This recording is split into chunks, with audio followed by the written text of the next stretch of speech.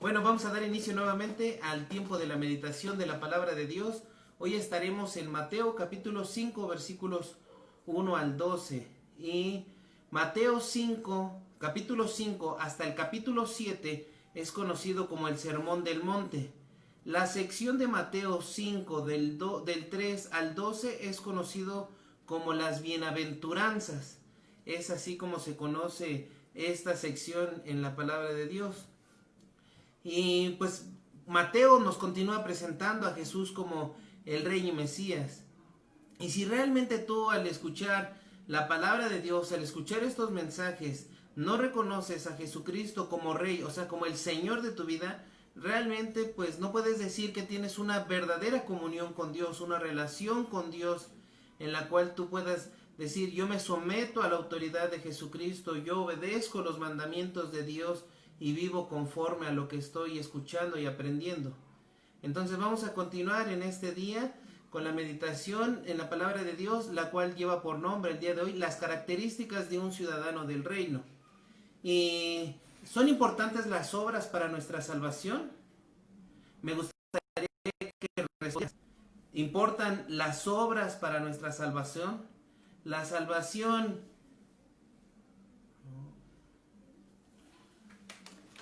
Ayúdame a jalar tantito para acá.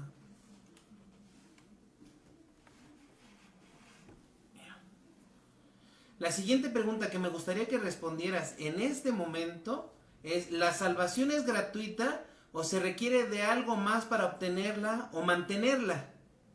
Es relevante para todos este mensaje, pues el comprender nos ayudará a vivir realmente conforme a la voluntad de Dios y no a supuestos de cómo agradar a Dios. Y no creer en errores como: yo solo con persinarme diariamente estoy bien con Dios, o por dar o depositar mis ofrendas los domingos, o reunirme en un grupo de oración o discipulado, ya estoy bien con Dios, ya estoy a cuentas con Dios. Pues estoy seguro de que por mis buenas obras al morir iré al cielo. La Biblia sí da un lugar a las obras, pero ¿cuál es su importancia para nuestras vidas? Y pues hasta este momento no me han respondido. Espero que puedan responderme.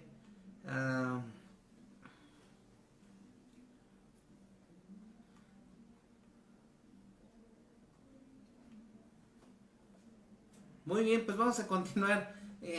Y espero puedan comprender un poco el contexto de lo que estamos leyendo.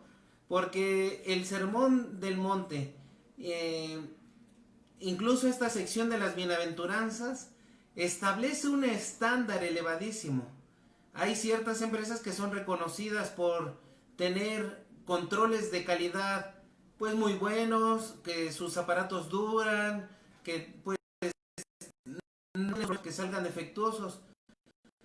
No, ya el estándar que Dios establece es mucho mayor.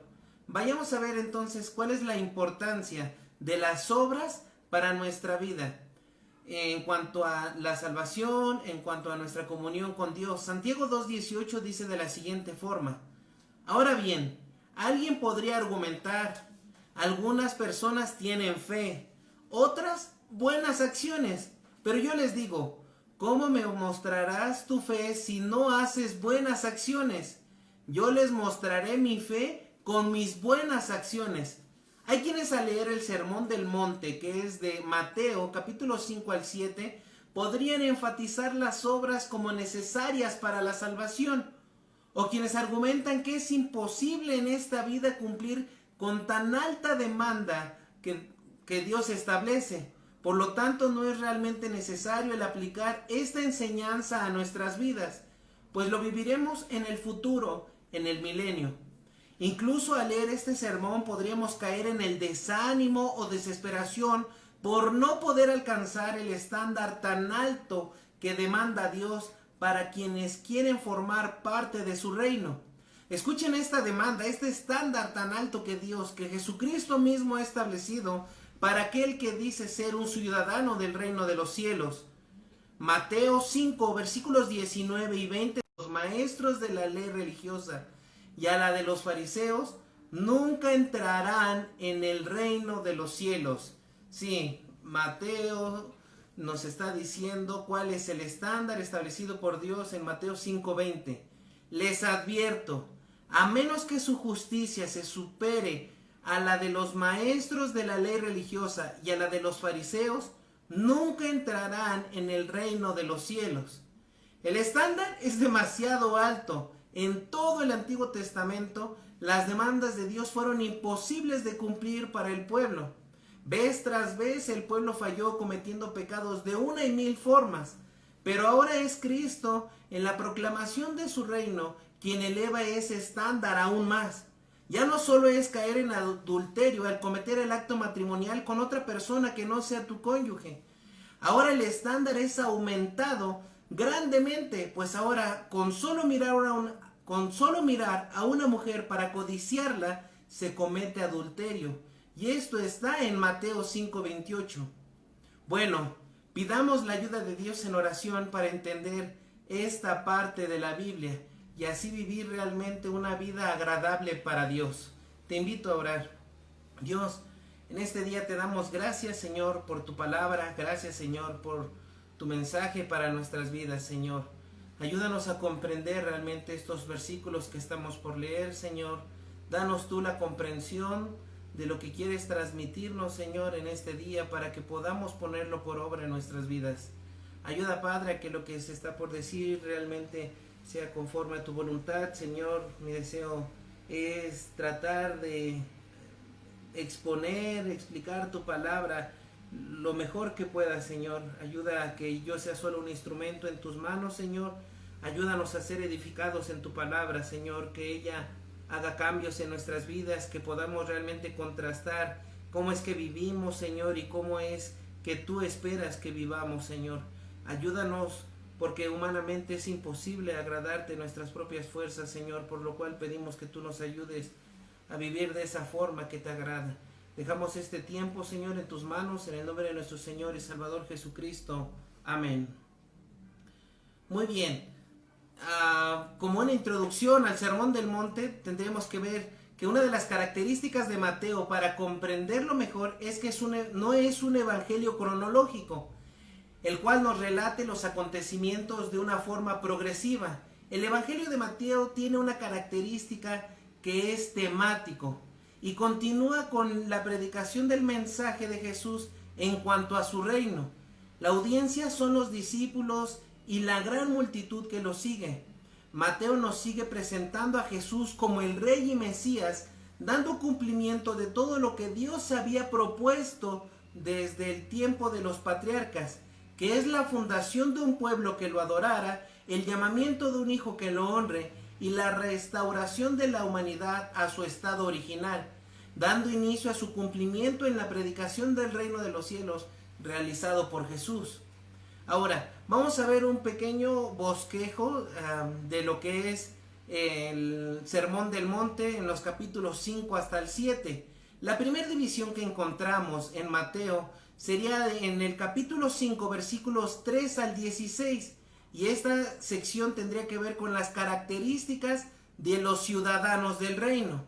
Nuestra siguiente división estará en Mateo capítulo 5, versículo 17 hasta el versículo 48. Y el tema aquí serían los estándares del reino. Continuamos con Mateo capítulo 6, versículo 1 al 18. Y el tema aquí que podremos estar estudiando es la piedad de un ciudadano del reino. Nuestra siguiente división se encontraría en Mateo 6, versículo 19 al 34. Y contendría lo que el mundo ofrece contrastado con las acciones del ciudadano del reino. Nuestra quinta división sería Mateo capítulo 7 versículos 1 al 12. Y esto contendría la piedad y justicia en las que debe vivir un ciudadano del reino. Finalmente terminamos con nuestra sexta división y estaría conformada por Mateo capítulo 7 versículos 13 al 27 y contendría una llamada para entrar al reino. Y esta es así a grosso modo lo que contendría pues todo el Sermón del Monte. Podríamos verlo en un solo día, pero la verdad es que requiere de nuestra atención para poder realmente comprender lo que Jesús está transmitiendo a su audiencia en este sermón. La idea principal del sermón que puedo ver en estos dos capítulos es el estilo de vida que debe caracterizar a todo discípulo de Jesús, el ciudadano del reino de Dios. ¿Qué esperanza hay de que podamos alcanzar las exigencias o el estándar establecido por el Sermón del Monte? Es una exigencia que ningún sistema de justicia humano puede alcanzar. Dicha exigencia solo puede ser alcanzada por las personas que son transformadas por Cristo. Como ya mencionamos en predicaciones anteriores, la tendencia de la humanidad es hacia el pecado, tal como lo dice la Biblia en Juan 3:19. Entonces, lo presentado en el Sermón del Monte va contra la naturaleza pecaminosa. Nadie que no haya sido regenerado, haya tenido un nuevo nacimiento espiritual, podrá cumplir con tan alta exigencia. Para que el hombre sea justo, no basta con no hacer las cosas más visibles que la ley de Dios prohíbe. Tampoco es suficiente con hacer aquellas cosas que los mandamientos de Dios ordenan que se realicen. La verdadera justicia inicia en el corazón, donde nace el deseo de hacer lo justo, de llevar vidas que agraden a Dios y no solo basado en las apariencias o lo que los demás pueden ver. Y esto solo es resultado de la obra de Jesucristo en el creyente. Veamos lo que dice el Sermón del Monte en cuanto a el Evangelio del Reino. El Sermón del Monte, el reino de los cielos es mencionado en Mateo 5:3, 5:10, 5:19, 5:20, 6:10, 6:33 y 7:21. Entonces podemos ver que dentro del Sermón del Monte se sigue predicando respecto al reino de los cielos. Esto fue con lo que inició. Mateo continúa hablando acerca de la proclamación del reino de los cielos que Cristo predica. Esto inició en Mateo 4:17 y en esa predicación del reino de los cielos, ahora Mateo nos ilustra cómo es que Jesús nos demuestra la conducta de un ciudadano del reino de los cielos. Y este mensaje nos confronta con lo que podríamos pensar respecto a realmente estar viviendo dentro de la voluntad de Dios. Pues en este mensaje que nos da nuestro Señor Jesucristo no solo se menciona una actitud o carácter de apariencia, es una cuestión del corazón, una cuestión de un cambio de naturaleza, de abandonar la conducta de este mundo gobernado por el pecado y vivir en la soberanía y libertad que solo Dios por medio de su Hijo Jesucristo realiza, liberándonos de la esclavitud del pecado por medio de la fe al creyente verdadero. Jesucristo es quien inicia con este llamado a las multitudes para proceder al arrepentimiento en anticipación de la llegada del reino, pues nadie que se deleite en el pecado y lleve una vida apartada de la voluntad de Dios puede llamarse ciudadano del reino de los cielos. Jesús está dando una clara y contundente descripción de un ciudadano del reino y debemos reconocer que no somos capaces en este mundo de amar a nuestros enemigos o aún a nuestros prójimos para cumplir con la demanda del estándar de Dios respecto al amor. Es imposible para el hombre natural, quien no cree en Dios y la obra de Cristo en la cruz, ser tan sencillo, desinteresado en lo material, terminar con toda ansiedad y vivir en dependencia absoluta de Dios, entregando su vida para servir a Dios, abandonando todo egoísmo en su vida diaria. Pero sí, justo que Dios ha establecido para los ciudadanos del reino, y para quien no está dispuesto a aceptar este estándar es una clara y rotunda declaración de condenación por llevar una vida apartada de la voluntad de Dios, como lo declara la palabra en Romanos 3:23 y 6:23. Entonces, el estándar que está poniendo nuestro Señor Jesucristo realmente es alto. parece imposible de alcanzar, pero es solo por gracia, por la obra de Jesucristo en nuestras vidas, que podemos realmente vivir conforme al estándar que Jesucristo está estableciendo. Podrías pensar en este momento que la salvación es imposible, que el Sermón del Monte, como se conoce a estos capítulos de Mateo, solo sirve para condenarnos. Pero es Cristo que posteriormente se presentará como mediador de la gracia divina necesaria para alcanzar este estándar que Dios mismo requiere. Pero también es equivocado pensar que a causa de la obra de Cristo podemos ser excluidos de estas exigencias. Nadie puede escapar de estas exigencias diciendo o apelando a la gracia de Dios. Al contrario, la gracia es lo que te capacita para poder vivir conforme al estándar y demanda que Dios está estableciendo. Mateo 5, 1 al 12 dice de la siguiente forma: cierto día, al ver que las multitudes se reunían, Jesús subió a la ladera de la montaña y se sentó. Sus discípulos se juntaron a su alrededor y él comenzó a enseñarles: Dios bendice a los que son pobres en espíritu y se dan cuenta de la necesidad que tienen de Él, porque el reino del cielo les pertenece. Dios bendice a los que lloran, porque serán consolados. Dios bendice a los que son humildes, porque heredarán toda la tierra. Dios bendice a los que tienen hambre y sed de justicia, porque serán saciados. Dios bendice a los compasivos, porque serán tratados con compasión. Dios bendice a los que tienen corazón puro, porque ellos verán a Dios. Dios bendice a los que procuran la paz, porque serán llamados hijos de Dios. Dios bendice a los que son perseguidos por hacer lo correcto, porque el reino del cielo les pertenece. Dios bendice a ustedes cuando la gente les hace burla y los persigue y mienten acerca de ustedes y dice toda clase de cosas malas en su contra, porque son mis seguidores. Alégrense, estén contentos porque les espera una gran recompensa en el cielo. Y recuerden que a los antiguos profetas los persiguieron de la misma manera. La audiencia del sermón fue dirigida, la audiencia son tanto los discípulos como la multitud. Y este sermón fue dirigido a los discípulos después de la reunión de las multitudes, Mateo 5:1. Y cuando vio las multitudes, subió al monte y enseñaba a los discípulos. Tanto Lucas como Mateo mencionan estos dos grupos de oyentes, los discípulos y la multitud. Lucas, pueden leerlo, está en el capítulo 6, versículo 17 al 20.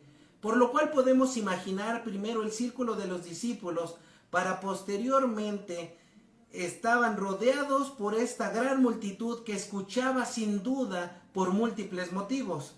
Podrían estar ahí escuchando este sermón por la fama que estaba cobrando Jesús al sanar a los enfermos, por escuchar su predicación de arrepentimiento o por la proclamación del reino de los cielos.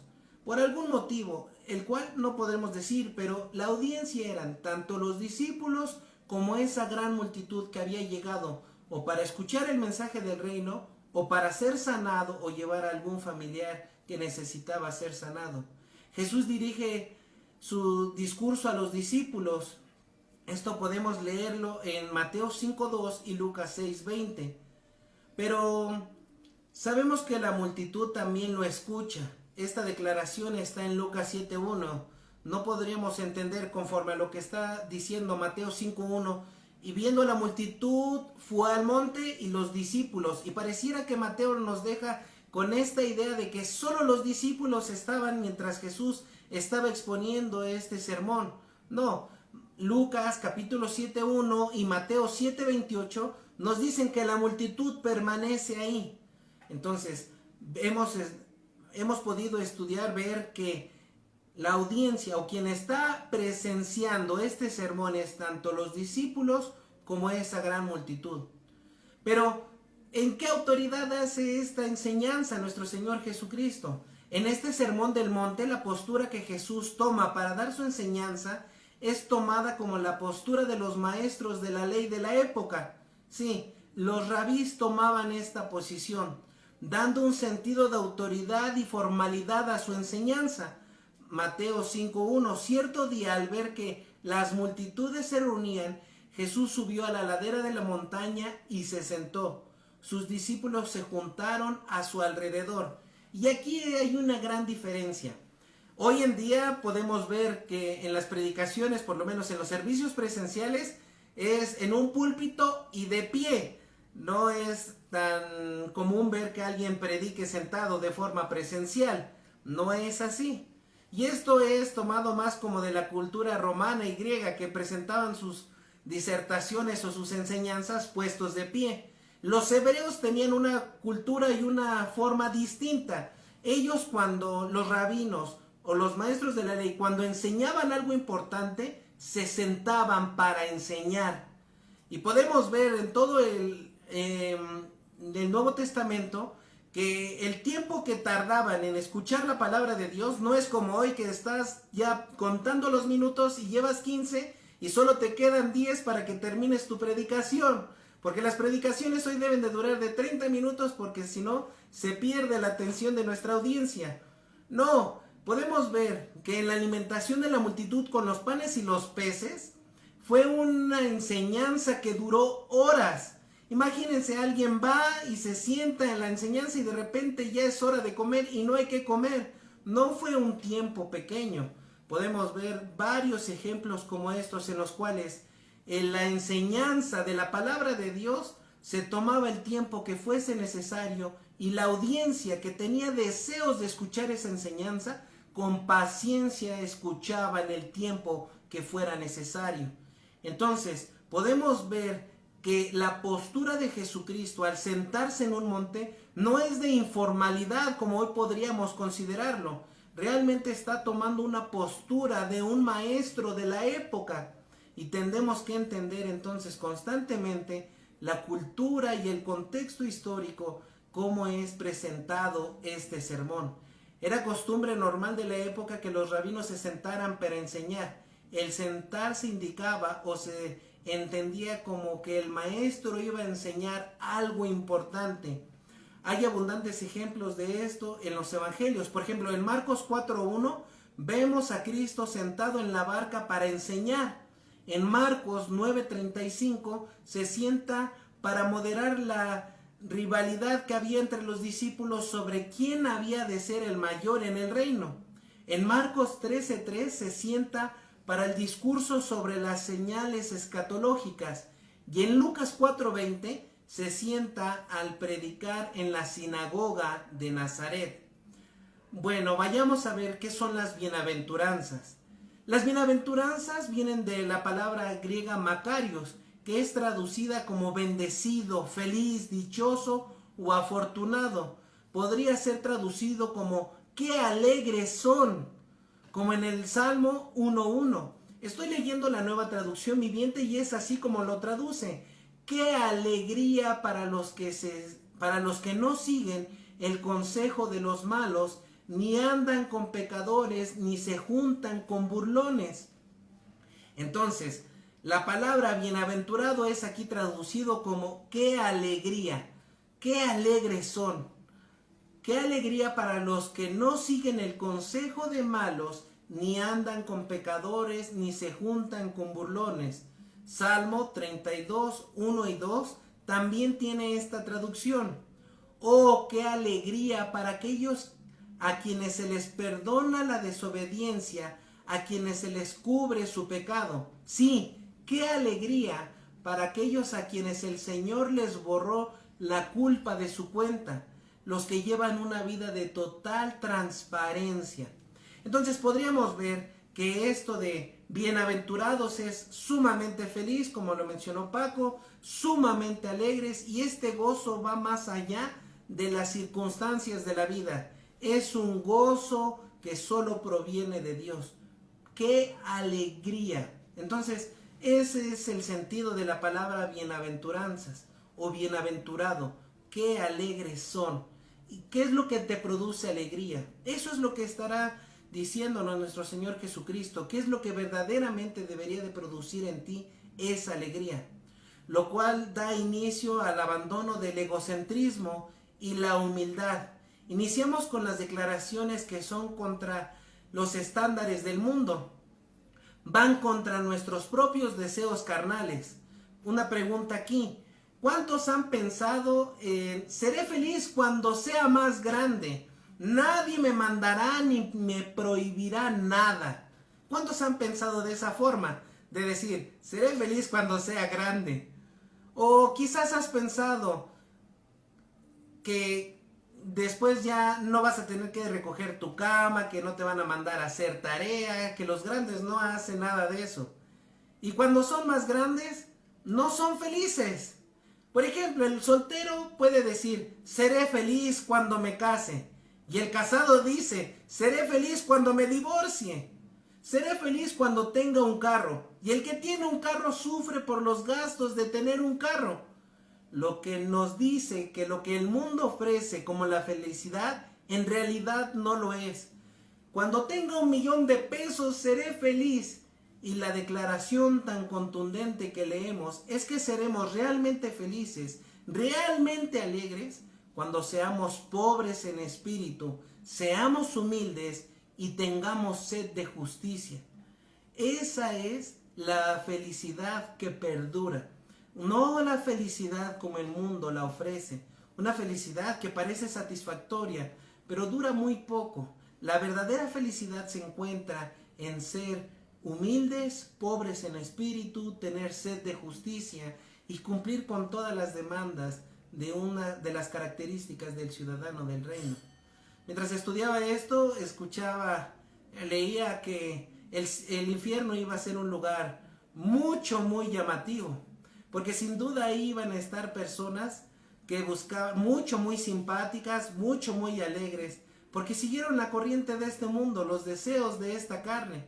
Entonces, si tú no deseas obedecer o someterte a la voluntad de Dios, parecerá un lugar muy atractivo. Debemos pensar en la audiencia original y en todo el Antiguo Testamento. Podemos ver esta idea. Una constante es que la bendición de Dios viene por llevar una vida recta delante de Dios, en obediencia a sus mandamientos. Sí, quien es rico, próspero o feliz, con mucha descendencia, es por la bendición de Dios. Pero en caso contrario, sí, los que sufren, los pobres, los enfermos, quienes están en sufrimiento es por causa del pecado, por vivir apartados de la voluntad de Dios. Pero ahora llega Jesús y pinta un cuadro radical que rompe con los estándares religiosos de la época y aún de nuestros días. ¿Qué tal este sermón para la aplicación de los que creen en las doctrinas engañosas populares de la prosperidad? Que por acercarse a Dios serán ricos y prósperos, se acabará su sufrimiento. Jesús dice, mientras eres desafortunado según el estándar del mundo, en realidad estás más próximo a la verdadera alegría. Sí, Jesús dice, mientras eres desafortunado según el estándar del mundo, en realidad estás más próximo a la verdadera alegría.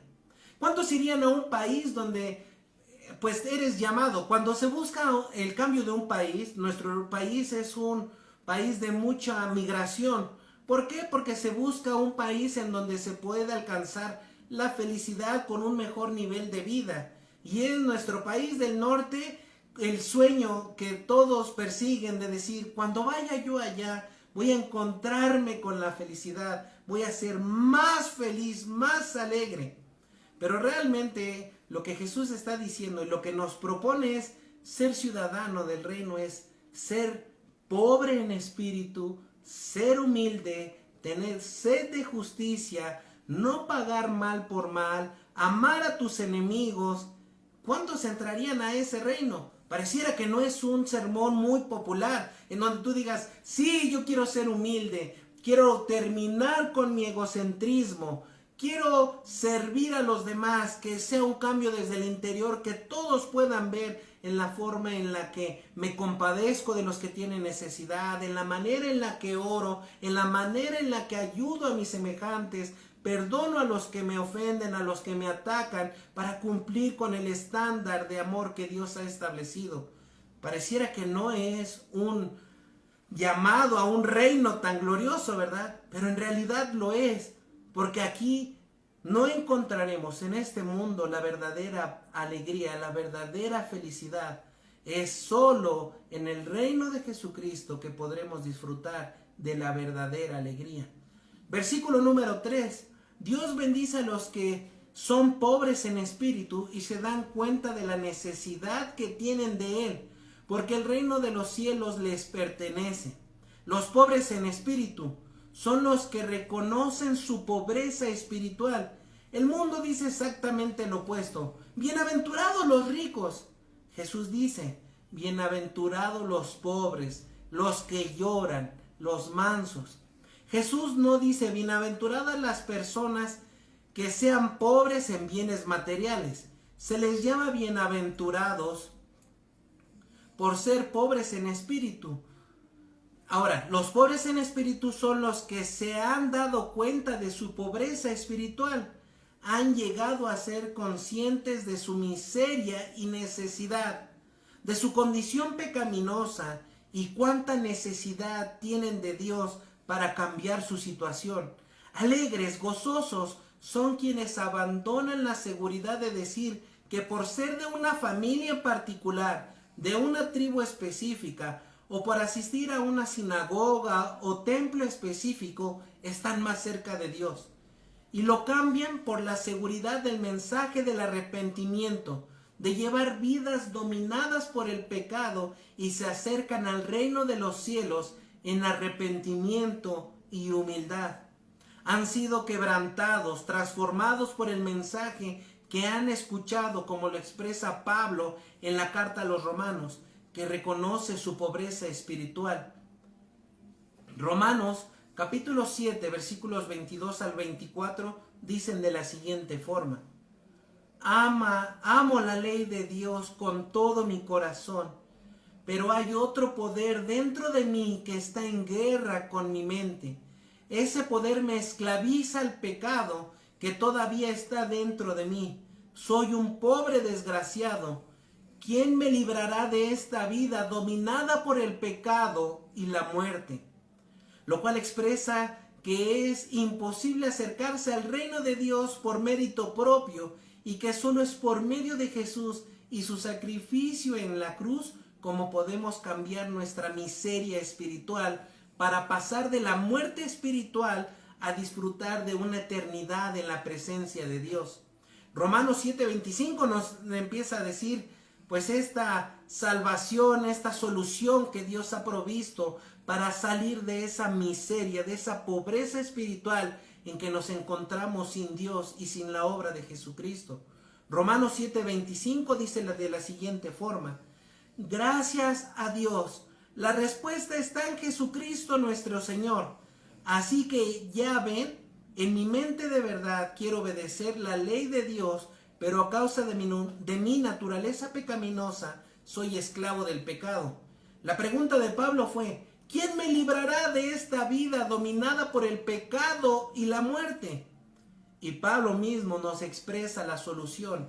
Gracias a Dios, la respuesta está en Jesucristo nuestro Señor. Así que ya ven, en mi mente de verdad quiero obedecer la ley de Dios, pero a causa de mi naturaleza pecaminosa, soy esclavo del pecado. Romanos 5, versículos 1 y 2 dicen de la siguiente forma: por lo tanto, ya que fuimos declarados justos a los ojos de Dios por medio de la fe, tenemos paz con Dios gracias a lo que Jesucristo nuestro Señor hizo por nosotros. Debido a nuestra fe, Cristo nos hizo entrar en este lugar de privilegio inmerecido, en el cual ahora permanecemos y esperamos con confianza y alegría participar de la gloria de Dios. Eso es lo que dice Romanos 5, 1 y 2. Por lo tanto, ya que fuimos declarados justos a los ojos de Dios por medio de la fe, tenemos paz para con Dios. gracias a lo que Jesucristo, nuestro Señor, hizo por nosotros. Entonces, la respuesta de esa pobreza y cómo podremos salir de la pobreza espiritual es por medio de la fe. Es un regalo de Dios por la obra que hizo Jesucristo en la cruz. Otro ejemplo de orgullo y pobreza espiritual podemos verlo. No, yo por pertenecer a este grupo religioso estoy más cerca de Dios. No, yo soy el que estoy en el lugar correcto.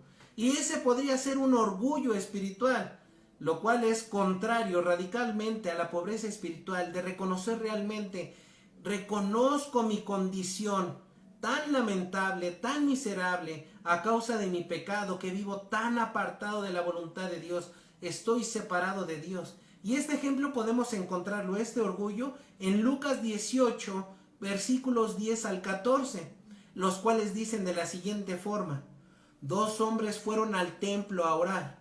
Uno era fariseo y el otro era un despreciado cobrador de impuestos. El fariseo, de pie, apartado de los demás, hizo la siguiente oración: te agradezco, Dios, que no soy un pecador como todos los demás, pues no engaño, no peco, no cometo adulterio, para nada soy como ese cobrador de impuestos. Ayuno 2 veces a la semana y te doy el diezmo de mis ingresos. En cambio, el cobrador de impuestos se quedó a la distancia y ni siquiera se atrevía a levantar la mirada al cielo mientras oraba, sino que golpeaba su pecho en señal de dolor mientras decía: oh Dios, ten compasión de mí, porque soy un pecador. Les digo que fue este pecador y no el fariseo quien regresó a su casa justificado delante de Dios. Pues los que se exaltan a sí mismos serán humillados, y los que se humillan serán exaltados. Podemos ver este gran ejemplo entre el orgullo y la humildad. Tú podrías estar pensando: yo me merezco ir al cielo, soy tan bueno, no cometo adulterio, no soy un borracho, no soy un drogadicto, no soy un delincuente, merezco ir al cielo. Y eso solo estaría hablando de tu orgullo en cuanto a tu condición delante de Dios. Tendríamos que reconocer que todos, no hay justo ni aún uno solo, no hay quien no haya cometido lo malo delante de Dios. Es imposible, como en el Antiguo Testamento, sea de una forma, de otra, nadie puede cumplir con la exigencia establecida en la ley de Moisés. Nadie puede cumplir. Dice: no deseas a la mujer de tu prójimo, ni su asno, nada de lo que posee tu prójimo. ¿Qué tal la envidia, los chismes? Eso te separa de la presencia de Dios. Y si no reconoces que has pecado, es que aún no has reconocido tu pobreza espiritual, tu verdadera condición delante de Dios, el juez justo. ¿Cómo podemos ver y ser otra pregunta que quiero que contestes: ¿cómo puedo ser pobre y ser considerado como rico? Y nuevamente es un concepto de bendición, alegría y gozo espiritual, más que solo material. Como expresa su riqueza el salmista en el Salmo 23, cuando afirma que él es el que está confiado, que aunque pase por momentos de angustia, él está confiado, pues su cuidador, que es Dios mismo, lo lleva a pensar: ¿cómo podría sentirme mal o desventurado al cuidado de Dios, que es todopoderoso y soberano? Eso es encontrarse en humildad espiritual delante de Dios. El Salmo 73, 26 dice así: puede fallarme la salud y debilitarse mi espíritu, pero Dios sigue siendo la fuerza de mi corazón. Él es mío para siempre. Entonces, vivir en una condición de pobreza espiritual nos hace reconocer nuestra condición delante de Dios, lo cual nos debe de llevar a llevar una vida en dependencia total a Dios. Esto también podemos verlo en cuanto a Apocalipsis. Es un contraste entre la iglesia de Esmirna y la iglesia de Laodicea. Laodicea está en este orgullo espiritual y dice Apocalipsis 3, 16 y 17: pero ya que eres tibio, ni frío ni caliente, te escupiré de mi boca. Tú dices, soy rico, tengo todo lo que quiero, no necesito nada. Y no te das cuenta que eres un infeliz y un miserable, eres pobre, ciego y estás desnudo. Contrastado con la humildad de la iglesia de Esmirna. Apocalipsis 2:9. Yo sé de tu sufrimiento y tu pobreza, pero tú eres rico. Conozco la blasfemia de los que se te oponen. Dicen ser judíos, pero no lo son, porque su sinagoga le pertenece a Satanás. Entonces podemos ver la fidelidad de los que en ese tiempo formaban parte de la iglesia de Esmirna, que sí pasaban. Y aquí pobreza, la palabra en griego sí está hablando como de una condición de mendigo, de pobreza extrema. Pero tiene que entenderse a la luz de una condición espiritual. Somos miserables espiritualmente delante de Dios. ¿Por qué? Porque estamos corrompidos a causa de nuestra naturaleza pecaminosa. Y eso es lo que nos está describiendo este versículo. La segunda bienaventuranza, veamos cuál es. Dios bendice a los que lloran, porque serán consolados. La gente puede llorar por muchos motivos, como sentimiento por perder algo preciado, ya sea material o un ser amado, enfermedad, dolor, orgullo, coraje. Un bebé llora por alimento, llora también por sueño, llora por muchas razones. Entonces, el solo llorar por cualquier motivo no puede ser la causa de alegría o bienaventuranza. Podemos entender el lloro dentro del contexto del pasaje anterior y estaríamos haciendo referencia al llanto producido por darse cuenta de su pobreza espiritual. No es solo llorar por llorar. Podría ser motivado el llanto por darse cuenta de su propio pecado y darse cuenta de la gravedad en que se encuentra resultado de su pecado, pues la paga del pecado es la muerte, una separación eterna de la presencia de Dios. El llanto del cual podría estar haciendo mención Jesús es como el del publicano cuando dijo, Dios, ten misericordia de mí, pecador, en Lucas 18:13. O el del hijo pródigo cuando volvió arrepentido al Padre, he pecado contra el cielo y contra ti. Esto lo podemos leer en Lucas 15:18. Este llanto puede ser motivado por darse cuenta del inmenso amor de Dios al decir en su condición de pecador y mostrarle amor aun cuando estaba muerto en sus delitos y pecados. Sí, es ese sentimiento de reconocer nuestra pobreza, nuestra miseria espiritual y ver el grande amor de Dios hacia nosotros, no importando que estábamos tan apartados de su voluntad, que hacíamos lo que iba en contra de su voluntad. Él envió a su Hijo para rescatarnos, para así ser justificados delante de Dios. Efesios 2:1-5 dice lo siguiente: antes ustedes estaban muertos a causa de su desobediencia y sus muchos pecados. Vivían en pecado, igual que el resto de la gente. Obedecían al diablo, al líder de los poderes del mundo invisible, quien es el espíritu que actúa en el corazón de los que se niegan a obedecer a Dios. Todos vivíamos así en el pasado, siguiendo los deseos de nuestras pasiones y la inclinación de nuestra naturaleza pecaminosa. Pues nuestra propia naturaleza éramos objetos del enojo de Dios, igual que todos los demás. Pero Dios es tan rico en misericordia y nos ama tanto que a pesar de que estábamos muertos por causa de nuestro pecado, nos dio vida cuando levantó a Cristo de los muertos. Es solo por la gracia de Dios que ustedes han sido salvados. Eso es lo que nos dice Efesios 2, del 1-5. Dios conocía nuestra miseria espiritual, conocía nuestra condición, pero aún así mostró amor para con nosotros. Nos ha rescatado. Ahora, el llanto podría ser causado por la maldad y pecado de la sociedad que desprecia a Dios y sus mandamientos. El Salmo 119:136 dice lo siguiente: torrentes de lágrimas brotan de mis ojos, porque la gente desobedece tus enseñanzas. Si el llanto podría ser producido a causa de que Ahora que te has dado cuenta de tu condición pecaminosa y que ahora estás en Cristo, pues te das cuenta de la condición de la gente que te rodea.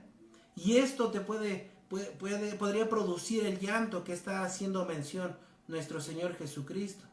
El Salmo 51:4 dice: contra ti y solo contra ti he pecado y he hecho lo que es malo ante tus ojos. Quedará demostrado que tienes razón en lo que dices y que tu juicio contra mí es justo.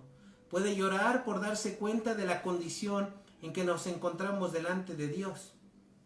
Versículo 5. Dios bendice a los que son humildes, porque heredarán toda la tierra.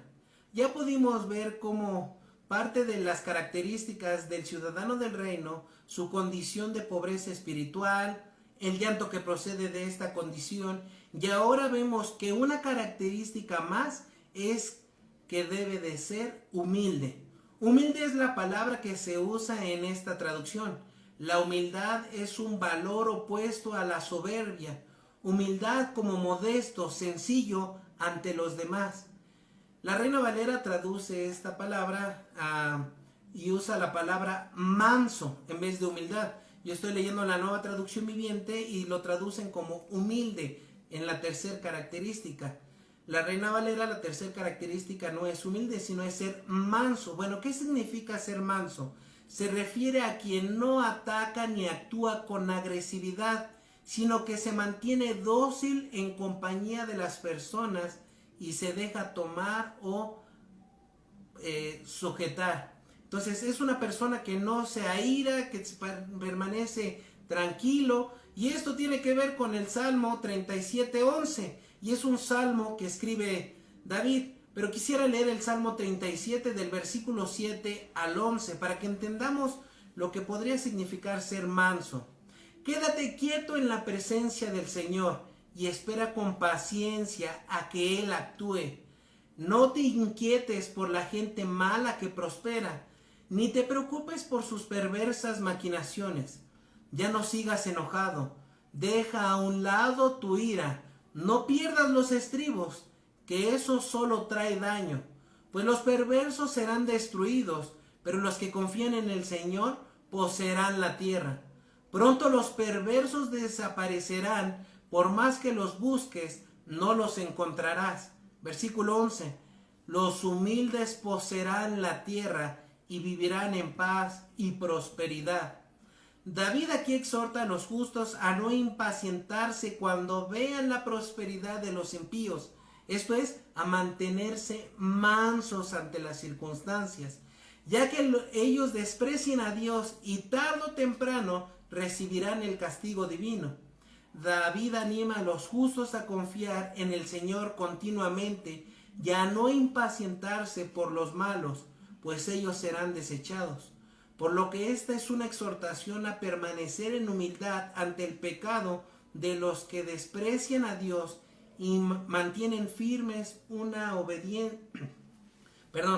Por lo que esta es una exhortación a permanecer en humildad ante el pecado de los que desprecian a Dios y a mantenernos firmes en nuestra obediencia a Dios, no importando la situación en que nos encontremos. Es así como podemos llegar al final de este tiempo. Vamos a dejar solo en estas 3 características. Son 8, yo veo 8, hay quien ve 9. Yo veo 8 características de las bienaventuranzas. El día de hoy solo pudimos ver hasta la tercera bienaventuranza. Pero ¿cuáles serían las aplicaciones para nuestra vida de estas 3 bienaventuranzas? De lo que llevamos visto hasta el momento del Sermón del Monte en la sección de las bienaventuranzas. Podríamos aplicar para nuestras vidas que el escuchar el Sermón del Monte, o hemos escuchado este Sermón del Monte para ser conscientes de la demanda que Dios ha establecido para formar parte del reino de los cielos, lo cual solo es posible por la fe en Jesucristo, que otorga la gracia de salvación. Sí, has escuchado este mensaje con el propósito que tiene Dios, que es que seas consciente de cuán elevado es el estándar para un ciudadano del reino. Y esto solo es posible si apelas a la gracia de Dios. Para alguien que no reconoce a Dios, que no está en comunión con Dios, será imposible vivir, porque es un cambio que viene desde el interior y que se manifiesta en nuestras acciones. El sermón del monte no debe ser utilizado como un instrumento de juicio contra tu prójimo, pues aún dentro del sermón del monte está la instrucción de amar a tu prójimo como a ti mismo, el de mantenerte manso. Entonces, el sermón del monte no es para que vayas como un policía religioso diciendo, tú no eres un ciudadano porque no actúas así, así, así. Eso solo le pertenece a Dios. El sermón del monte es para que tú puedas analizar y contrastar tu vida si estás viviendo conforme a la demanda que Dios ha establecido. Por último, no puedes ser considerado como un ciudadano del reino si no reconoces tu pobreza espiritual y reconoces a Jesucristo como tu Señor y tu Salvador. Sí, si aún vives en el orgullo pensando que tú te mereces la salvación por lo bien que actúas, por lo mucho que has crecido espiritualmente, estás cayendo en el orgullo espiritual. Debes de mantenerte en esa pobreza espiritual, reconociendo que es imposible cumplir con el estándar de Dios si no es por la ayuda que Dios mismo nos da para poder vivir conforme al estándar que Él mismo ha establecido. Dios, en este día te damos gracias, Señor, porque al meditar en tu palabra, Señor, al estudiar esta exposición de Mateo, que nos presenta a Jesucristo como nuestro Rey y Mesías, Señor, nos damos cuenta, Padre, del estándar tan alto que tú has establecido para el carácter de un ciudadano del reino, Señor. Nos damos cuenta que va contra nuestra propia naturaleza, el abandonar nuestro propio yo, el dejar de ser egoístas, Señor, el de vivir en humildad, Señor, el de reconocer nuestra pobreza espiritual delante de ti y reconocer que hemos fallado y que la consecuencia o la paga de esa falla debería de ser una condenación, una separación eterna de tu presencia, Señor. Pero gracias, Padre, porque también nos muestras tu gran amor, aún en este estándar tan alto que has establecido, Señor. Porque es solo por tu gracia y tu misericordia que podemos acercarnos al cumplimiento de este estándar para nuestras vidas, Señor. Ayúdanos a analizar, Señor, cómo es que estamos viviendo, a no engañarnos a nosotros mismos con una falsa religiosidad que sea solo en lo exterior, Señor. Ayúdanos a que este cambio venga desde nuestro corazón, Señor, que tú cambies esa naturaleza pecaminosa y nos proveas de tu nueva naturaleza, Señor, esta naturaleza espiritual divina, Señor. Ayúdanos, Padre, a que podamos día a día reflejar este carácter, Señor. Ayúdanos a depender para que esto sea una realidad de nuestras vidas y pues dejamos nuestras vidas en tus manos. Te damos gracias por este tiempo, en el nombre de nuestro Señor y Salvador Jesucristo. Amén. Hermano, deseo que en esta tarde Dios te siga bendiciendo y puedas pues poner en práctica lo que estamos escuchando. Nadie que escuchando el Sermón del Monte quiera continuar con su vida de pecado puede ser considerado un ciudadano del reino.